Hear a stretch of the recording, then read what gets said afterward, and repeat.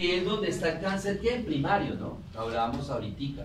Bueno, el condiloma acuminado es esa enfermedad de transmisión sexual que le mostré ahorita en la vulva, que yo les decía, es una enfermedad de transmisión sexual, ¿sí? Exacto, cuando está pequeñita, pero cuando ya está grande esa vaina, ya no es ninguna enfermedad de transmisión sexual, ¿sí? Entonces, cuando está pequeñita la lesión, se llama condilomatosis o condiloma acuminado. Esto es producido por dos tipos de virus. Uno es algunos serotipos del VPH, del virus del papiloma humano, y el otro es el virus del herpes simple 2. Recuerden que nosotros tenemos dos tipos de herpes simple, el 1 y el 2. El 1 es el labial, el que aparece por ahí cuando las personas les da esas gripas muy fuertes, que dice me dio fuego. Ese famoso fuego es herpes labial, es el herpes simple 1. Ese no es maligno, ¿sí? O sea, no tiene riesgo a convertirse en cáncer, ¿sí? Que el paciente dice en ese herpes labial es que me dio fiebre interna. La fiebre interna no existe, no existe. Y hay cosas indignantes que uno escucha a alguien de la salud, no es que me dio fiebre interna, y queda uno mirando como, a ver, ¿de qué correccional salió usted?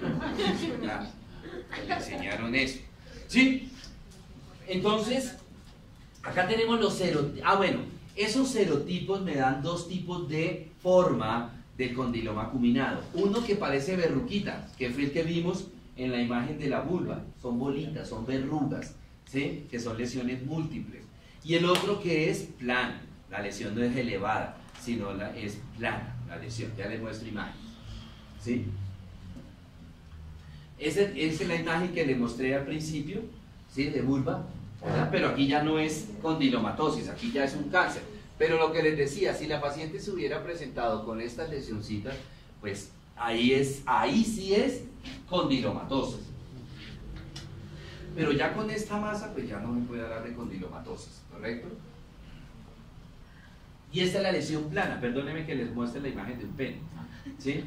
Estando pues en genitales más femeninos, ¿sí? Sino que es para que vieran la lesión plana como es, ¿sí? Antiguamente, hace muchos años, no sé si de repente ustedes tienen de pronto abuelitos todavía, que me imagino que sí, porque sus papás deben ser muy jóvenes. Esta enfermedad, esta condilomatosis plana la llamaban cresta de gallo. Si ustedes miran la forma, pues parece la cresta de un gallo. Entonces, pues para no decir, oiga, me pringaron, no tengo una veneria, les decían, no, tengo cresta de gallo. En la mujer aparece así, igual, simplemente que aparece a nivel de la vulva, ¿correcto? Ven, aquí la tenemos en la mujer, ¿sí? La lesión plana, ¿correcto? Bueno. Ahora vamos al carcinoma escamoso, que ya lo vimos en vulva, ya lo vimos en vagina, ¿sí? El carcinoma escamoso. ¿Cuáles son los factores de riesgo? Inicio precoz de la vida sexual. Así como les decía hace un rato cuando hablábamos de cáncer de mama, que la menarquia precoz era un factor de riesgo para el cáncer de mama, pues hombre, cuando la niña se desarrolla, ¿cierto? Pues ahí la descarga hormonal es alta, ¿verdad? Y esa descarga hormonal activa el lóbulo límbico. Y si ustedes recuerdan de Morfo, en el lóbulo límbico está la parte de la libido, o sea, el apetito sexual, el deseo sexual. Entonces, si esta niña que se desarrolló a los 10 años, pongamos una niña que se desarrolla a los 10 años, 11 años, 9 años, pues no solamente se desarrolla la parte de la menstruación, sino que ya también empieza a desarrollarse o empieza a aparecer en esa niña la parte de la libido, ¿no? Entonces ya esa niña que de repente veía al vecinito y con el que jugaba fútbol y se daban pata y puño y todo eso, pues ya lo empieza a ver y dice, oye, qué tontarrón está con él. Entonces ya no juegan fútbol, sino que venga, jugamos al papá y a la mamá, ¿verdad? Y desafortunadamente ustedes se dan cuenta, a veces yo digamos como, ¿por qué en los colegios ya tienen que dar orientación sexual y por qué en los colegios ya hay dispensadores de condones en los baños de los colegios. Pues no es porque van a, ay, vamos a celebrar el cumpleaños, entonces globitos, todo en el salón. Es porque ustedes lo ven. Miren las estadísticas de embarazos en adolescentes. La vaina es, se asusta uno. Yo, gracias a Dios, solo son 2 hombres los que tengo. ¿Cierto? ¿Por qué? Hombre, porque ya las niñas se están desarrollando precocemente y desafortunadamente aquí no solamente hablo de las niñas, sino de ambos géneros, niñas y niños, están aprendiendo de la sexualidad de una manera poco adecuada. ¿De dónde la están aprendiendo? De las páginas de internet. ¿Sí? Y están aprendiendo pues a través de películas, de videos porno. Ay, no.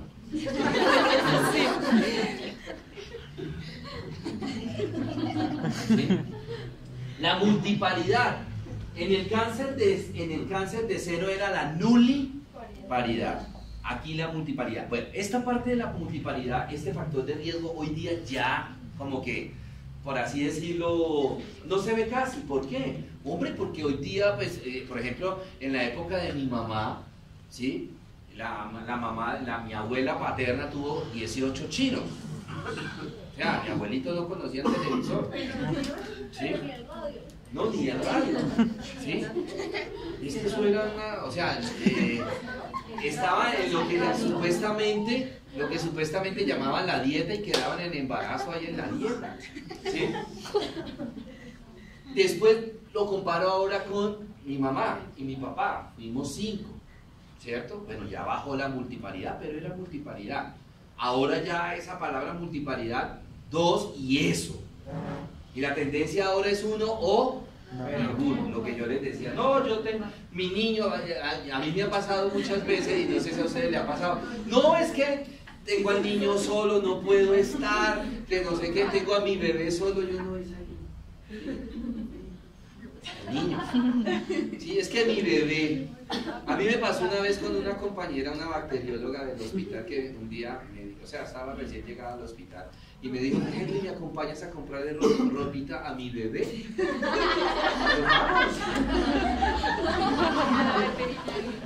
Y cuando entramos a una veterinaria, yo todavía no, de pronto se acordó que tiene que comprarle comida al perro, debe tener perro.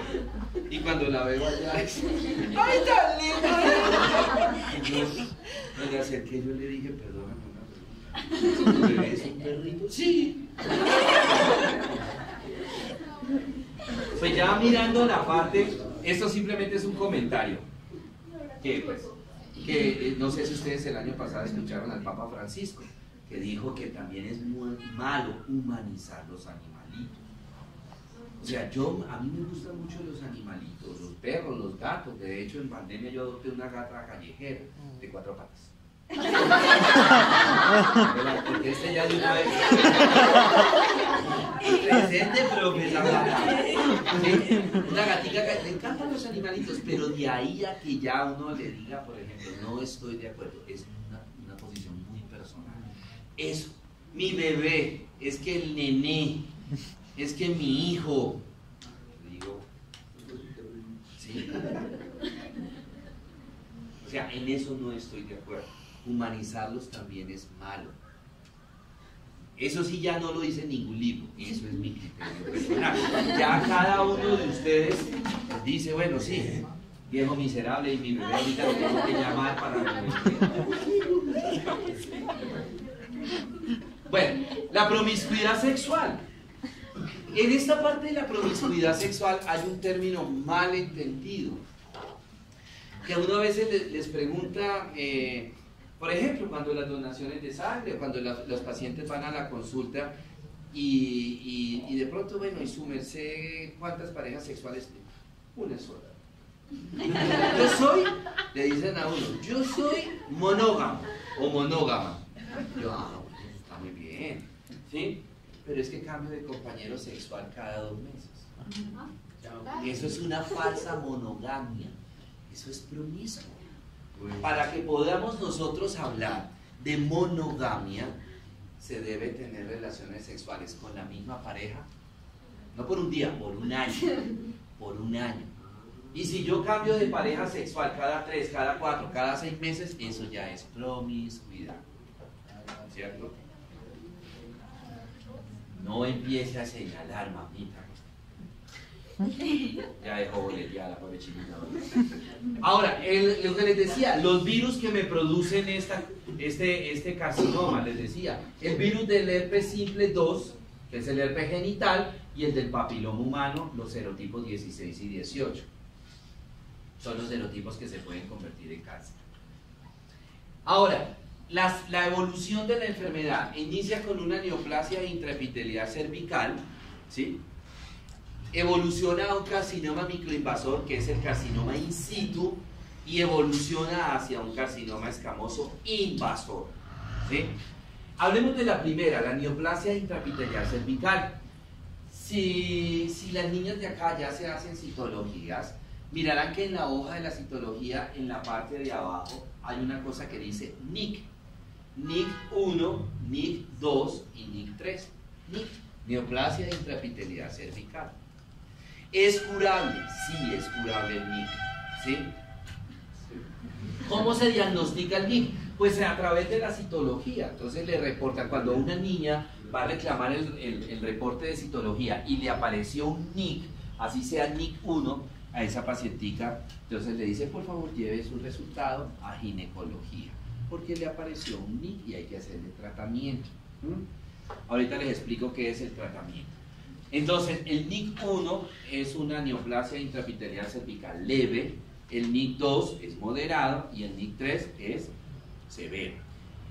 La transición entre el NIC 3 y el carcinoma in situ es muy pequeña, o sea, realmente en cualquier momento esa pacientica que tiene un NIC 3 se puede convertir en un carcinoma microinvasor, un carcinoma in situ.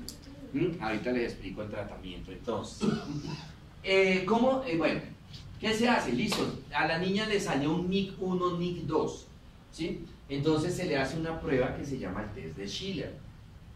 ¿En qué consiste el test de Schiller? Entonces esa niña va a ginecología, le muestra el reporte, el doctor ve que es un NIC 1 o un NIC 2, y entonces hace una prueba que se llama test de Schiller. ¿En qué consiste? Entonces a la pacientica en el consultorio se hace una especuloscopía, ¿sí? Se le introduce el espéculo, se abre, y el médico con una pinza larga y una torunda de algodón la moja en harto isodíneo, la deja bien empapada en isodíneo. ¿Cuál es el principal componente del isodíneo? El yodo. Las células cancerosas no captan el yodo. Las células sanas sí captan el yodo. Entonces, ¿qué hace el médico? Empapa mucho esa torunda con yodo y colorea, por así decirlo, el cuello uterino. Lo colorea. Le echa bastante, o sea, que estorríe, por así decirlo, el isodíneo. Y deja que se seque el isodíneo, por ahí unos 5 minuticos. A los 5 minutos ve las zonas en donde está pálido, o sea, hipopigmentada, ahí es donde está el NIC. Las zonas coloreadas son células sanas, entonces ahí no hay NIC. ¿Sí? ¿Listo? Entonces, ¿qué hace de luego el tratamiento? Se hace conización. ¿Sí? Se hace una conización. ¿En qué consiste una conización? Como el nombre me lo indica, entonces esa pacientica se le pide autorización de la conización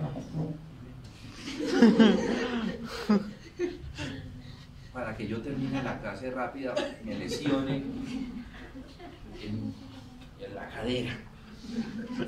Entonces, aquí está el cuello uterino y pues digamos que aquí está el NIC. ¿Sí? Está el NIC. Entonces se le pide la autorización porque es una pequeña cirugía, ¿sí? Entonces cuando la paciente va, se anestesia tópicamente esa zona y se empieza con el bisturí a romper, por así decirlo, alrededor de la lesión hipopigmentada. Obviamente toca decir nuevamente, se vuelve a colorear, ¿no? Hacerle nuevamente el test de Schiller para saber específicamente dónde está. Entonces se empieza con el bisturí a rodear la zona hipopigmentada, quitando también un poquito de tejido que sano. ¿Sí? ¿Cómo se llama el procedimiento? Conización. Entonces imaginémonos que acá Esto es esta línea. Entonces, en la medida que el ginecólogo va profundizando el corte, ¿va qué? Cerrando, ¿sí? Formando un ¿qué? Cono. Y ese pedacito se saca y se sutura los bordes. Se sutura los bordes, se le da incapacidad de 8, 10, 15 días a la paciente, antibiótico y la paciente quedó curada. NIC 1, NIC 2, ¿sí? Quedó curada. Obviamente la paciente tenía un antecedente, ¿no? Ya tuvo un antecedente de un NIC, de una lesión cancerosa que fue pequeñita y la pudimos curar bien. Esa pacientica tiene que seguir ¿en qué? En controles, ¿sí? Con ginecología cada 3 meses. Esa paciente se hace citologías cada 6 meses, o sea, 2 citologías al año por un cierto tiempo. Si durante esos más o menos 2, 3 años la citología le sale perfecta a la paciente, ya la paciente se le da de alta. En el NIC 3 o en la siguiente fase, le decía, de NIC 3 a cáncer microinvasor, es rapidito, ¿sí? Es rapidito. Entonces ya en el NIC 3 no se hace conización. En el NIC 3 se hace lo mismo que se hace en el carcinoma microinvasor, o sea, el carcinoma in situ, ¿sí? Que la lesión mide hasta 5 milímetros. Entonces a estas pacientes se les hace traquelectomía, así se llama la cirugía. ¿Y en qué consiste la traquelectomía? Como la lesión todavía no está tan profunda, sino que está superficial, quitar parte del cuello uterino. Por lo general, ¿qué parte, hasta dónde quitan del cuello uterino? Si ustedes recuerdan, entonces aquí estaba el útero, ¿cierto? Aquí estaba el útero y había una parte del cuello uterino que se metía ¿por dónde? En la vagina. Acuérdense que el cuello uterino hay una porción vaginal y otra porción supravaginal. Entonces se le quita a la paciente la porción vaginal del cuello uterino. Esa es la traquelectomía. Se le quita la partecita del cuello que está en a nivel de la vagina, ¿cierto? Pues eso ya no es ambulatorio, ¿no? Y pues en la siguiente fase, que es el invasor, pues ya es un cáncer de más de 5 milímetros, es invasor, altamente infiltrante, altamente invasivo. Entonces hay que hacer ¿qué? Histerectomía radical, ¿sí? O sea, es una histerectomía total con vaciamiento linfático, ¿correcto? Ese es el tratamiento. Preguntas, dudas, inquietudes.